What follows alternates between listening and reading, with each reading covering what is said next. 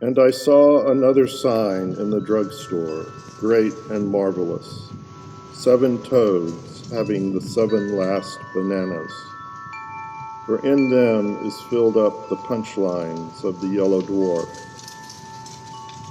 And I saw as it were a glass-bottomed boat, mingled with fire. And them that had gotten the victory over the holy cow, and over his photo, and over his tattoo, and over the number of his license plate, stand on the glass-bottomed boat, having the tambourines of the Yellow Dwarf. And they sing the song of Mo, the servant of the Yellow Dwarf, and the song of Rimbaud, saying, Great and marvelous are thy works, Yellow Dwarf Almighty. Just and true are thy fetishes, thou King of Sylvias. Who shall not kiss thee, O Lord, and glorify thy name? For thou only art wormy. For all hillbillies shall come and worship before thee, for thy fudge bars are made manifest. And after that I looked, and behold, the orange crush of the tabernacle of the testimony in the drugstore was opened. And the 7 toads came out of the orange crush, having the 7 bananas, clothed in pure ivory, and having their breasts girded in paisley.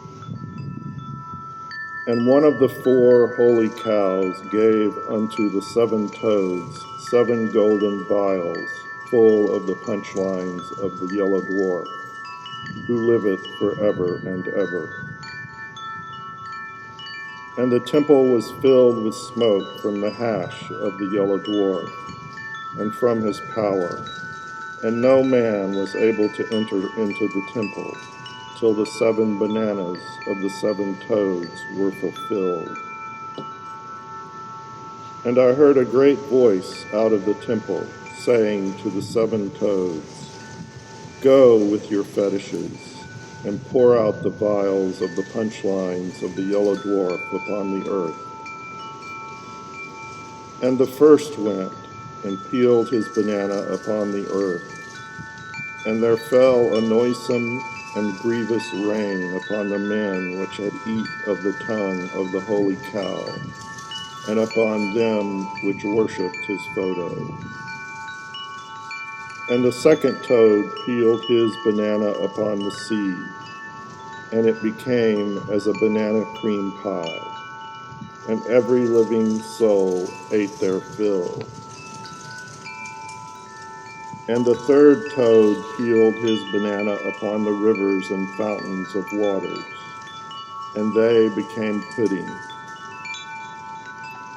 And I heard another out of the altar say, Even so, Yellow Dwarf Almighty, true and righteous are thy fudge bars. And the 4th toad peeled his banana upon the sun, and power was given unto him to deep fry peanut butter and banana sandwiches. And men were scorched with great heat, and blasphemed the name of the Yellow Dwarf, which hath power over these bananas. And they repented not, giving him his rightful hash. And the 5th toad peeled his banana upon the tail of the holy cow, and his kingdom was full of Debbies, and they gnawed their tongues for fun, and blasphemed the Yellow Dwarf of the drugstore because of their pains and their bananalessness, and repented not of their deeds. And the 6th toad peeled his banana upon the great river Euphrates, and the water thereof was dried up, that the kings of the east might build a new mall. And I saw 3 unclean spirits like grackles come out of the mouth of the magician, and out of the mouth of the holy cow, and out of the mouth of the false profiteer. For they are the spirits of Levites, working miracles, which go forth unto the putins of the earth and of the whole shebang, to gather them to the love-in of that great day of the Yellow Dwarf Almighty. Behold, I come as a bicycle. Blessed is he that watcheth and keepeth his garments, lest he walk naked, and they see his tiny hands. And he gathered them together into a place called in the street tongue Bad Times. And the seventh toad peeled his banana into the air, and there came a great voice out of the temple of the drugstore, from the pharmacy, saying, "It is done gone." And there were voices and flatulence and belches, and there was a great cake, such as was not since men were upon the earth, so mighty a cake, and so great.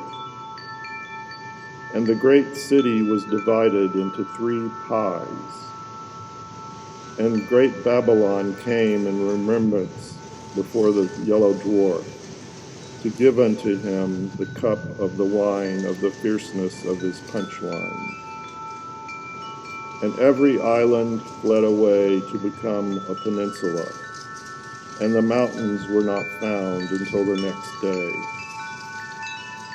And there fell upon men a great fragrance out of the drugstore, and the deplorables blasphemed the Yellow Dwarf because of the fragrance, for the scent thereof was exceedingly like lavender.